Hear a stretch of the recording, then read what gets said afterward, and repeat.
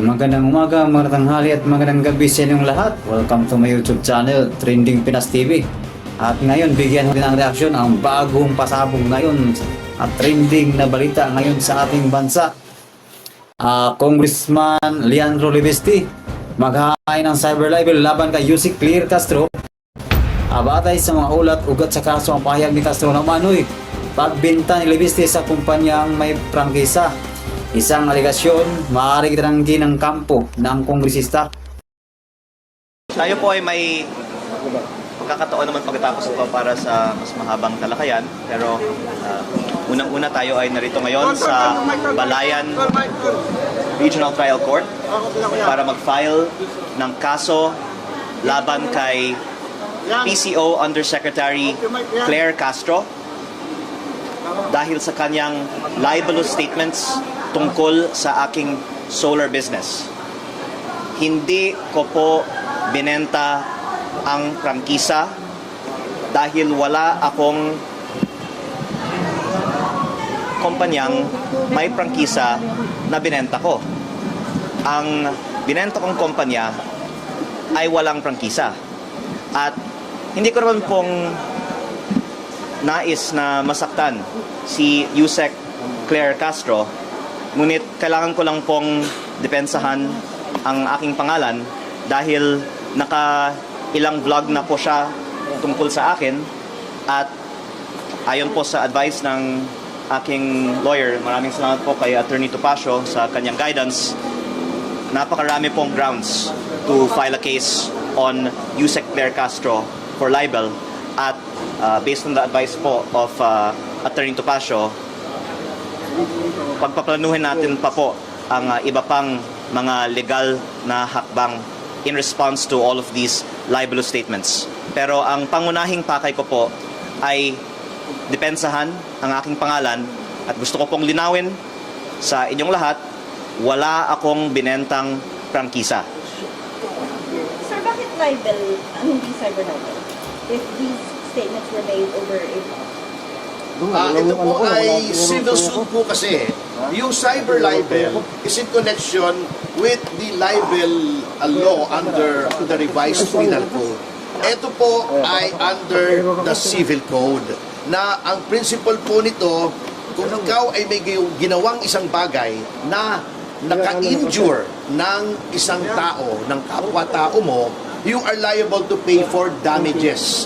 Hindi po nais ipakulong si Yusek Claire Castro, ngunit gusto namin siyang panagutin. Unang-una, sapagkat may ginawa siyang mali para sa aming opinion, at pangalawa, to vindicate yung good name and reputation of my client na sinira po niya with malice. Kasi, kanina po, natanong niyo ako, hindi ba may freedom of expression? Yes, but that is not absolute. Ito po ay hindi lamang exercise ng freedom of expression ng isang journalist o isang pangkaraniwang mamamayan. This is a targeted attack against Congressman Libesti for being a critic of the government. Kitang-kita po natin yung pattern. Inumpisahan po ni Ombudsman Boying Remulla, na alam po naman natin na utang niya ang kanyang pagiging ombudsman sa pamimilipit at pagbabraso ng Malacanang. Nilabas yung maling issue na binenta daw yung prangkisa at sinundan niya ito bilang spokesman ng presidente. This is a directed and targeted attack to destroy the reputation of a legitimate government critic na nakakasakit na ang kanyang mga expose laban sa Pangulo in the exercise of his duties as an elected public official at membro ng lehislatura, na ang role po, ang primary role ng lehislatura in making laws is to safeguard public funds. Ginagampanan lamang po ni Congressman Libesti ang kanyang role to safeguard public funds sa pangungurakot. Dahil po dyan siya ay siniraan. Hindi na po exercise siya ng freedom of expression. That is a malicious attack. na lang tayo. Yes. Yes. Para makapag-file na kayo. So, na lang tayo. gusto ko lang pong linawin na we will have more time later to respond.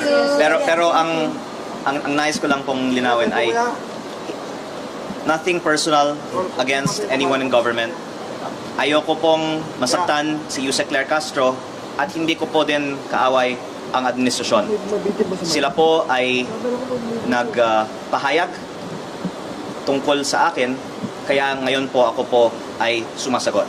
At kaya po hindi namin ngayong araw sinasampahan kay Yusek Claire Castro ang isang criminal case dahil sa tingin ko mananalo tayo, pero maaawa naman po ako kay Yusek Claire Castro kung siya po ay kaagad makulong. Sa tingin ko po, ang ating unang hakbang ay isang civil case. At ito po ay for 110 million pesos in damages na sa tingin natin po, we will win po this case. Maraming salamat po. Thank you.